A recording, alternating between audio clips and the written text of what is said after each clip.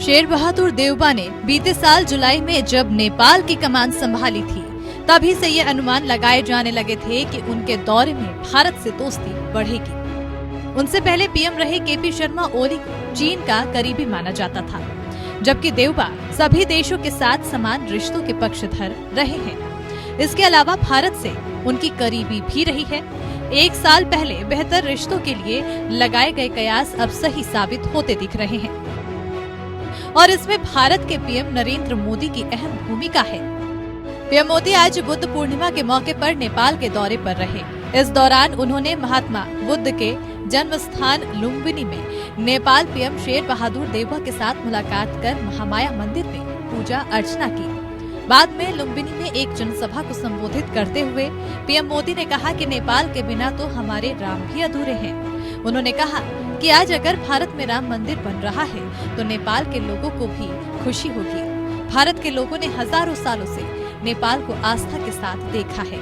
ये देश अपनी संस्कृति को बचा कर रखने वाला है। पीएम मोदी ने कहा कि हमारी साझा विरासत, साझा संस्कृति और साझा प्रेम है, यही हमारी पूंजी है। ये जितनी सशक्त होगी उतना ही हम दुनिया को बुद्ध का संदेश पहुंचा सकते हैं। आज जिस तरह विश्व में हालात बन रहे हैं, उसमें भारत और नेपाल की घनिष्ठता संपूर्ण मानवता के हित का काम करेगी। इसमें भगवान बुद्ध के प्रति हम दोनों ही देशों की आस्था एक सूत्र में जोड़ती है, एक परिवार का सदस्य बनाती है। उन्होंने कहा कि नेपाल और भारत का संबंध हिमालय जितना ही पुराना और अटल है। अब हमें अपने रिश्तों को उतनी ही ऊंचाई भी देनी है।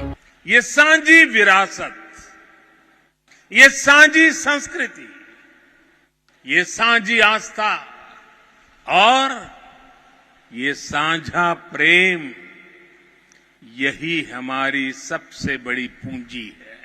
हमें अपने इन स्वाभाविक और नैसर्गिक रिश्तों को हिमालय जितनी ही नई ऊंचाई भी देनी है।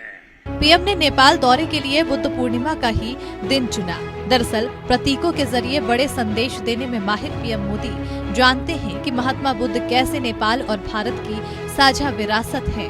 नेपाल पड़ोसी देश के साथ ही भारत का सांस्कृतिक साझेदार भी रहा है और काफी करीब रहा है। हालांकि बीते कुछ वर्षों में अलग अलग सरकारों के दौर में नेपाल की चीन से भी करीबी बढ़ी है, लेकिन भारत का असर अब भी उस पर गहरा है। इसी असर को बनाए रखने और सांस्कृतिक एकता का संदेश देने के लिए पीएम मोदी ने ये अवसर चुना। बुद्ध का जन्म नेपाल के लुम्बिनी में हुआ था, तो उनकी ज्ञान स्थली बिहार का गया बना था और यूपी के कुशीनगर में उन्होंने महानिर्वाण प्राप्त किया था। इसके अलावा मगध साम्राज्य के दौर में ही बौद्ध मत का दुनिया में प्रसार हुआ था और श्रीलंका से लेकर पूर्वी एशिया तक के देशों में इसे फैलाने के लिए सम्राट अशोक ने बौद्ध भिक्षुओं को भेजा था।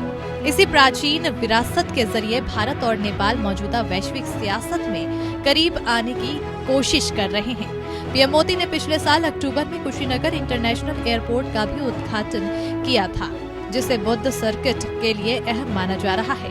बता दें कि भारत सरकार ने बुद्ध सर्किट को विकसित करने का काम शुरू किया है और इस एयरपोर्ट के जरिए नेपाल से लेकर भारत तक में महात्मा बुद्ध के स्थानों पर पहुंचना दुनिया भर के लोगों के लिए आसान हो सकेगा। एक तरफ भारत में सारनाथ, बोध गया, नालंदा जैसे स्थान हैं, तो वहीं नेपाल में लुम्बिनी है। इस तरह एक पूरा सर्किट उत्तर प्रदेश, बिहार राज्य और नेपाल को मिलकर बनता है। इसे भारत टूरिज्म के साथ ही नेपाल से बेहतर रिश्तों के तौर पर भी भुनाना चाहता है, जो बीते कुछ सालों में चीन के करीब भी जाता दिखा था। तिब्बती बौद्ध धर्म गुरु दलाई लामा भी भारत के धर्मशाला में रहते हैं। वहीं से तिब्बत की निर्वासित संसद का भी संचालन होता है। इस तरह भारत खुद को दुनिया में बौद्ध मत के संरक्षक के तौर पर पेश करना चाहता है। Bureau report, APN।